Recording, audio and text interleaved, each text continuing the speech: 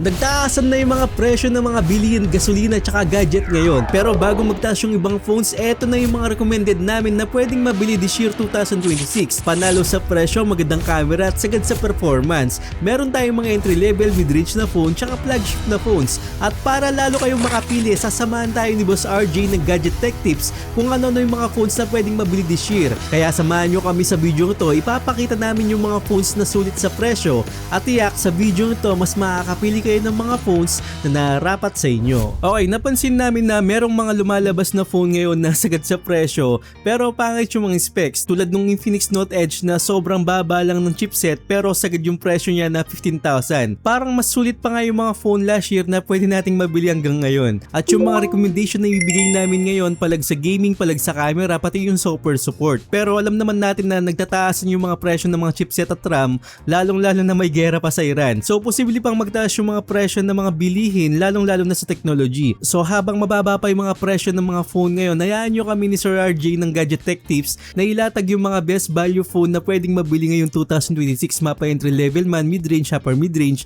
at flagship na phone. So si Sir RJ yung bala sa inyo sa mga budget level tsaka entry level na below 5k to 10k at meron pang mga ibang recommendation yan na sulit this year. So ako magbibigay ako sa inyo ng mga mid-range na phone pati yung mga China phones at meron din tayong mga flagship na phones na i-recommend ko sa inyo. So lahat ng link nasa description box lang po. I-click nyo lang yung mga litrato nasa baba natin kapag nasa Shopee na kayo at na-check out nyo na medyo makikataasan pa yung mga presyo niyan pero may mga voucher naman tayo para bumaba yung presyo. So click nyo lang yung mga voucher natin tapos click apply at magkaka-discount pa tayo lalong-lalo na sa mga darating na mga sales. At sana yung mga lumalabas pa ng mga phones this year, sana bumaba yung presyo at hindi sila madamay sa pagtaas ng chipset at RAM at yung gera natin sa Iran. So mag-umpisa tayo sa mga global phones na pinakasulit mabili ngayon, ang Poco X8 Pro at saka yung Poco X8 Pro Max. Dahil sa kabila ng pagtaas ng RAM tsaka chipset, na-maintain pa rin nila yung pagiging sulit ng mga Poco device na to. Grabe nung nag-sale, may mga nakakuha sa Poco X8 Pro ng 12,400 pesos lang. So ngayon nasa 16,000 to pero sulit pa rin yan kasi yung Antutu score pumapalo siya ng 2.2 million Antutu score. At ongoing pa rin yung mga sales natin, minsan makukuha pa rin natin siya ng mga 15,000 to 16,000 at kapag plus sales talaga makakuha tayo ng 12,000 lang. Pero ang tindi talaga ng phone na to, lalong-lalo na yung Iron Man Edition na nasa 18,000 lang at makakuha tayo dyan ng 12GB of RAM, 512 na storage na agad. So grab yun na yung Iron Man Edition ng 18,000, napakamura po niyan para sa isang phone na merong Antutu score na 2.2 million. At makakuha rin tayo ng matas na battery dito tsaka charging speed ng 6,500 at meron tayong 100 watts na fast charging. Napakalakas din yung chipset na nilagay nila dito, ang Dimensity 8500 Ultra, pero nung sinubukan ko medyo mainit pa siya sa ngayon at hindi pa talaga siya optimized dahil bago pa nga lang to. So ngayon dahil nag-launch na nga to, nakatanggap tayo ng bagong updates at marami nagbago dito sa Poco X8 Pro 5G. Halos isang buwan ko na rin gamit to pero ang pinaka problema talaga dito wala tayong bypass charging at eSIM support. Pero para sa akin panalo na to sa ganitong presyo. Maganda yung build quality at yung design niya. Tapos ang kagandahan dito kung matatandaan nyo yung Redmi Turbo 5 meron siyang RGB lights. Dito hindi nila tinanggal, meron din tayong RGB lights na makukuha sa Poco X8 Pro 5G. Malit nga lang talaga yung screen nito, nasa 6.59 inches pero kung sanay naman kayo sa mga lit na phone, pwede pa rin sa inyo to dahil nga powerful yung chipset at pumapalag yung camera nito na merong 4K at 60fps. Pero kung gusto nyo talaga ng malaking screen at matas na battery, dito tayo sa Poco X8 Pro Max. Eto, meron din siyang eSIM support na wala dun sa Poco X8 Pro at sana hindi nila inalis yung eSIM support dun sa Poco X8 Pro para mas sulit na sulit talaga. Pero dito sa Poco X8 Pro Max, meron tayong 8,500 mAh capacity ng battery with 100 watts of fast charging. Mabilis po talaga siyang mag-charge kahit na meron siyang 8,500 na mAh capacity ng battery. Actually, ginagamit ko to as main phone ko at umaabot talaga siya ng 2 araw. Naalala ko noon yung 8,500 na battery, makita lang natin talaga sa mga tablet dyan. Pero ngayon, dahil sa tulong ng silicon carbon, makakagamit na tayo ng matas na battery capacity sa mga phones na ganito. So, ito yung pinakamatas na battery sa global market ha. Tandaan nyo, global market, hindi po China phones. At marami kasi nagsasabi na Honor Win RT yung pinakamatas na battery na merong 10,000 mAh capacity ng battery. Actually, tama po yun. Sa lahat ng aspeto, yun yung talaga yung pinakamatas na battery. Pero ang pinag-uusapan dito kasi nasa global market tayo. So, ito yung pinakamatas na 8,500. Then, meron tayong malakas din na chipset ang Dimensity 9500S dahil umaabot yung Antutu score nito ng 2.5 million Antutu score. Ang katumbas naman ng chipset ito is the 9400 Plus na flagship ng MediaTek last year. So abangan nyo yung full review natin sa dalawang series na to. May mga bagong updates ha. at check natin kung tumaas yung mga FPS natin sa mga games na nilalaro nyo. At nga pala sa mga hindi pa nakasubscribe, mag-subscribe lang kayo sa channel natin para updated kayo sa mga reviews na ganito at sa mga recommendation natin na sobrang dami. Well anyway, sa mga fan naman na mga Vivo dyan, ito nagustuhan ko talaga yung phone na to kahit na medyo price siya nung lumabas, nasa 34,000 siya, pero nung sinubukan ko parang flagship level talaga yung camera. At alam yan ng mga fan ng Vivo o yung gumagamit ng mga Vivo, maganda talaga yung camera nila. So napakaganda ng quality na makukuha natin sa Vivo V70, lalong lalo na sa photos tsaka videos. Meron tayong 4K at 60fps pagdating sa front facing camera, at dun sa main camera niya meron din tayong 4K at 60fps. Napakaganda ng quality, lalong lalo talaga yung photos. Kapag kumukuha ako dito, hindi mo na kailangan talaga na ayusin o adjust pa yung mga ibang photos natin, talagang ipopost mo na lang sa social media. So balik tayo sa presyo, nung nagsisale to parang nasa 24,000 to 26,000. Actually ganyan yung presyo dati ng V60. So para sa akin sulit yung phone na yon, pero ito kasi maganda rin yung build quality na hindi ko nakikita sa B series dati. At naka aluminum frame na tayo rito, tapos glass yung back panel, at meron pa rin tayong mga size optics na mga lente rito. Pero sa chipset, saktong-sakto lang yung chipset ito na Snapdragon 7 Gen 4. Hindi siya pwede sa mga highest graphical settings, medyo umiinit siya. Kayang-kaya naman siguro kung gagamitin mo siya ng phone cooler. Pero sa Mobile Legends, Call of Duty Mobile at PUBG Mobile, kahit Honor of Kings, kayang-kaya naman. Hindi lang talaga sa mga Genshin Impact na nung naglaro ako hindi talaga siya ganun ka-smooth, saktuan lang talaga. At isa pang maganda rito, kung dati naka-Pantouch OS tayo sa mga B series, dito naka-Origin OS 6 na tayo. So isa yan sa mga pinakamagandang operating system sa global market ngayon na walang bugs talaga. Then hindi ko in-expect dito na meron tayong bypass charging dito sa Vivo V70. So kung makukuha nyo to ng 24,000 to 26,000 kapag nag-sale, highly recommended ko siya, lalong-lalo na kapag photographer kayo, videographer kayo, at pwede rin siyang pang-vlog. So highly recommended ko sa inyong phone na to na Vivo V70 5G. Pero want nyo naman na pang gaming talaga, sakto lang din sa kamay na 6.59 inches at grabe yung chipset, powerful talaga, meron akong i-recommend sa inyo ang Poco F8 Pro. Ito, naka-Snapdragon 8 Elite at makukuha lang natin to ng 22 to 25,000. Actually, lahat ng games kayang-kaya dito. So yung mga iba kasi meron tayong Team Snapdragon tsaka Team MediaTek.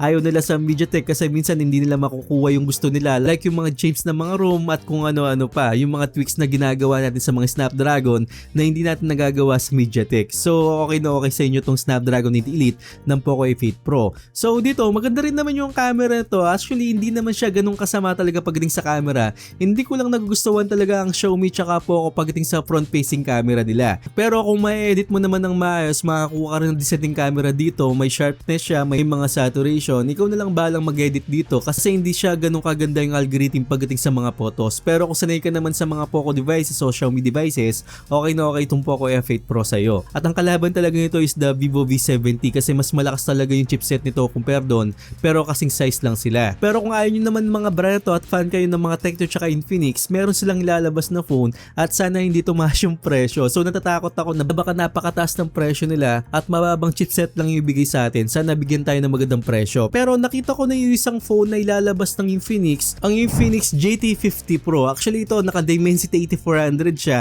at meron tayong 6500 mAh capacity ng battery. Pero ang pinakamaganda dito yung design, kakaiba sa mga phone na nagamit natin. At alam naman natin na malakas din talaga ang MediaTek Dimensity 8400 na to, katulad siya ng Poco X8 Pro. Pero dito pinaganda talaga yung itsura niya. At abangan nyo to, nakita ko na siya sa MPL Philippines, ginagamit na siya. At alam ko parating na talaga to. Sana makuha lang natin to ng mga 15,000 to 16,000. Huwag sanang tumaas ng mga 25,000 to 22,000. Medyo tagilid kapag ganun yung presyo. At sa Tecno naman, abangan din natin yung mga Tecno Camon 50 series natin at sana sakto rin sa presyo. So alamin natin ngayon kung ano pa yung mga ibang recommendation ni Boss RJ ng Gadget Tech Tips para sa entry level tsaka mid-range na phones. So Sir RJ, pasok! Salamat Boss Poltech. Ito yung ilang smartphone na para sa akin pinakasulit po lumabas ngayon po 2026 so far. Unang-una po dito guys sa mga entry level po ng mga smartphone. Marami na po lumabas sa mga entry level ng mga smartphone na yun guys. At isa lang po yung nangingibabaw para sa akin na pinakasulit nga po sa may less than 5,000 na presyo ngayon. Wala na pong iba kundi si Oppo A6X. Dahil sa kanya lang tayo makakakuha ng functional selfie camera na meron pong 120Hz refresh rate, 6.5 mAh sa battery, Snapdragon 685 na processor, para lang po sa may less than 5,000 na presyo. Grabe yan guys. Habang karamihan po sa mga entry level ngayon, Puro po mga naka-Unisoc at puro mga naka-Helio G81 na processor. Para itong si Oppo pa talaga guys ang mayroong pinakamagandang specs dito nga po sa entry level ngayon. Pwede nyo rin po i-consider ang Galaxy A07.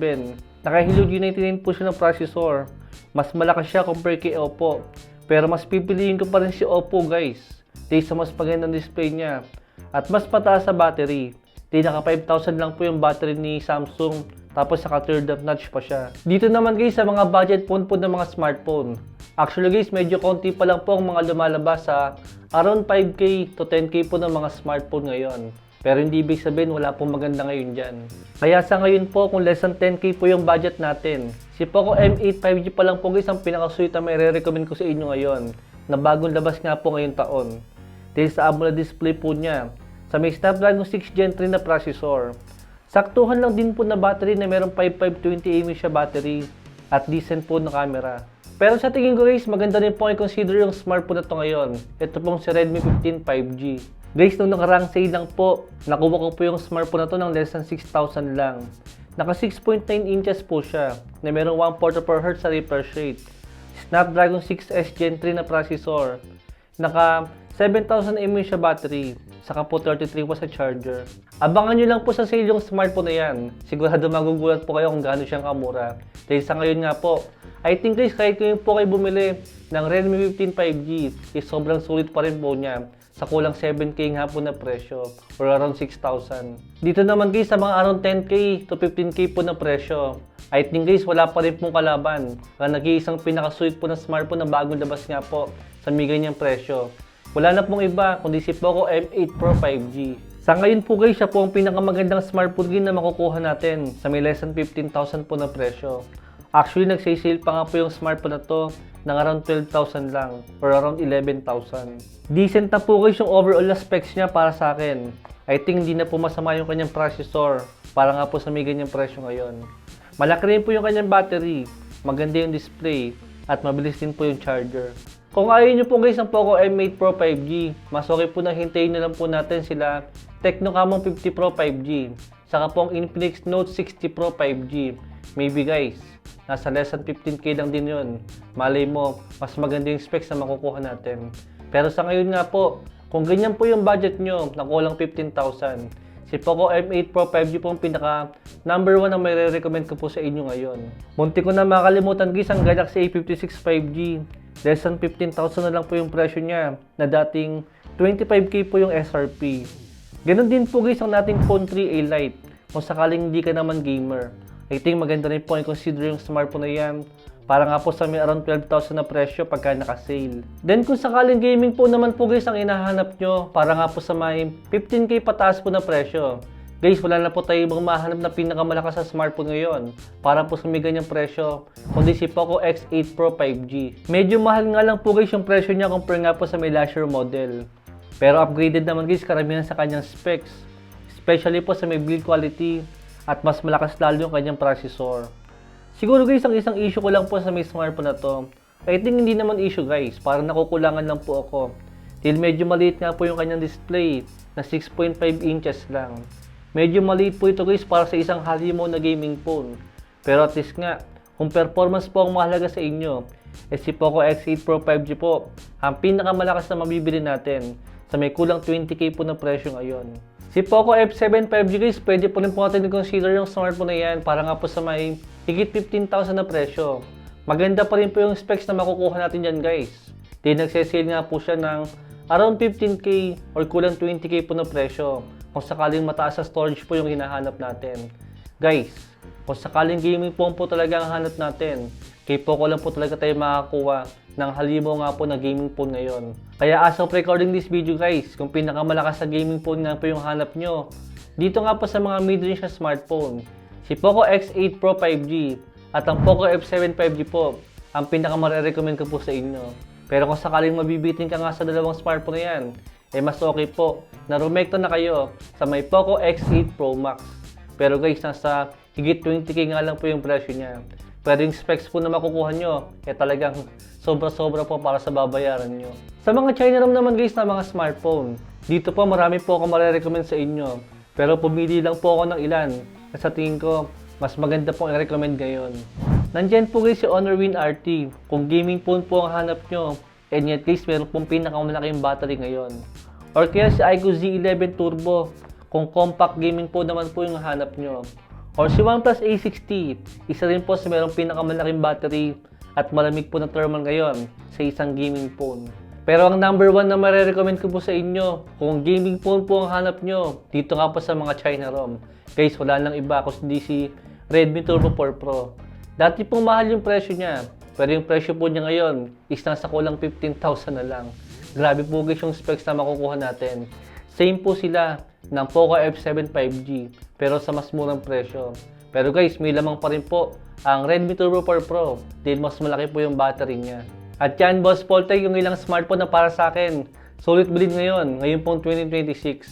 Salamat nga pala ulit sa pag-feature sa akin dito. Back to you. Okay, salamat Boss RJ ng Gadget Tech Tips. Ito naman yung mga recommendation ko ng mga China phones. Kung sanay kayo sa mga China phones at magaling naman kayo mag-setup, para sa inyo to. Pero kung hindi naman kayo marunong mag-setup, meron akong tutorial dyan na ilalagay ko na lang sa description box para may guide kayo at mas madali nyong i-setup yung mga China phones na bibilin nyo. Well anyway, mas magandang bumili ng mga China phones dahil sagad kasi sa specs nila at mura lang kaysa sa mga ibang global version. So isang OnePlus A6 ang mga recommend ko sa inyo na pwede nating mabili ngayon dahil malakas yung chipset ito na Snapdragon 8 Elite. Sobrang lakas talaga niyan, hanggang ngayon pumapalo pa. Dahil yung build quality niya maganda rin, naka metal frame at glass yung back panel. At ang pinaka nagustuhan ko dito dahil naka Snapdragon 8 Elite siya, palag na palag sa gaming at malakas din yung charging speed nito, 120 watts na tumatagal yung battery niya na 7,800 mAh capacity ng battery, almost isang araw at depende sa mga games na nilalaro nyo. So sinubukan ko to, meron na akong review, check nyo lang sa baba para makita nyo at napakatahimik lang talaga ng phone na to pero powerful siya at maganda rin yung camera. Pero kung gusto mo ng battery na medyo mataas pa sa 7,800, meron akong recommend sa inyo na kapatid ni OnePlus A6.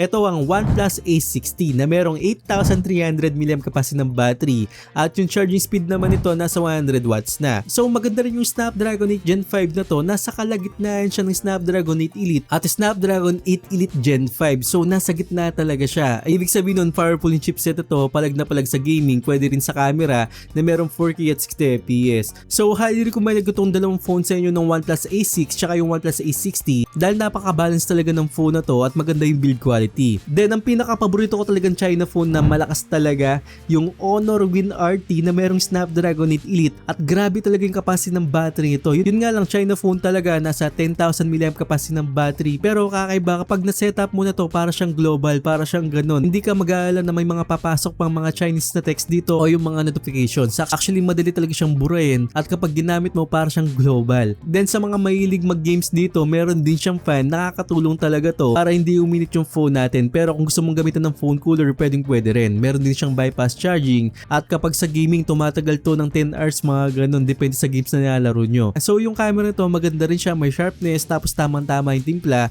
at ang pinaka nagustuhan ko dito, meron siyang 4K at 60 fps sa main camera natin at sa selfie camera naman yung video nito nasa 4K at 30 fps pagdating sa front facing camera. Birang-bira tayo makakita ng isang phone na meron 4K at 30 fps pero sa Vivo V60 mataas din yun, nasa 4K 60 fps yun at talagang yun talaga yung pwedeng pang vlogging talaga, pero ito pwede siyang pang vlogging, pang TikTok at sa gaming. So napaka-balance ng phone na to, tumatagal yung battery. Sana maging global to, kahit na 30,000 bibilin ko talaga to. Pero yung presyo nito ngayon naglalaro sa 20,000 to 24,000, which is good yung presyo niyan para sa ganitong phone. So grabe rin yung minumura ng phone na to kapag nag-sale. So abang-abang kayo sa mga flash sale natin, lalo na sa Poco X8 series. Grabe talaga binababa ng mga presyo nyo, umabot ng 12,000 talaga yung Poco X8 Pro. At kapag walang sales naman, tumataas siya ng mga 12,000 to 18,000. So nakadepende talaga sa sales yan. Pero ito, nasa 16,000 lang kapag nag-sale o 15,000 lang ngayon. Pinakamura na palag sa camera tsaka palag din sa gaming, ang iQOO Z10 Turbo Plus na merong MediaTek Dimensity 9400 Plus dahil yung Antutu score nito nasa 2.2 million na Antutu score.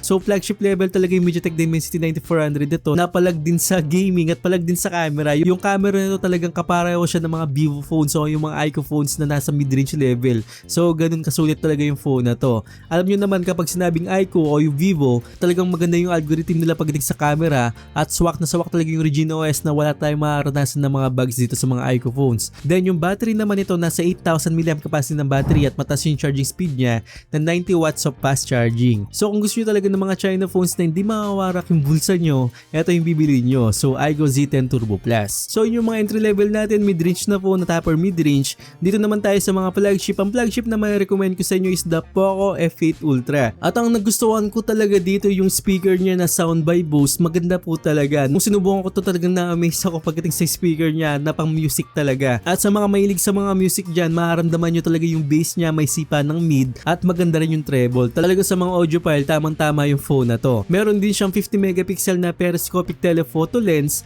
at naka 4K at 60 fps pagdating sa camera. At yung mga nakuha kong photos dito, napakaganda rin. Maganda rin yung algorithm niya at maganda rin yung bokeh effect na nilalabas dito. Then yung chipset nito, napakalakas talaga ang Snapdragon 8 Elite Gen 5 na makukuha lang natin to ng 33,000 sa 8256. So napakasulit talaga ng phone na to. Yun nga lang yung battery niya, medyo may kababahan talaga, 6,500, which is normal na yan, pero yung charging speed naman nito nasa 100 watts na po. At meron din siyang wireless charging na 50 watts at maasabi ko sa inyo, ito yung pinakasulit na phone na mabibili natin na naka Snapdragon 8 Elite Gen 5. So ito yung Poco F8 Ultra. So yung mga ibang recommended ko sa inyo, yung mga pang camera at pang gaming din, ito talagang sagaran talaga yung Vivo X300 tsaka yung Vivo X300 Pro. Napakaganda ng camera ng mga yan. At medyo may kamahalan kasi kaya hindi ako nakabili o nakapag-review, pero sa mga review na napanood ko, highly recommended ko siya. Napakaganda ng image pricing at sobra talaga. Maganda rin talaga sa gaming. Then meron din tayong iQOO 15 tsaka yung iQOO 15 Ultra. So lahat yan nasa link sa description natin at sana ma-review ko rin sa inyo soon yung mga flagship level na binanggit ko sa inyo na sobrang highly recommended ko talaga. So ayun yung mga recommendation natin. Salamat kay Boss RG ng Gadget Tech Tips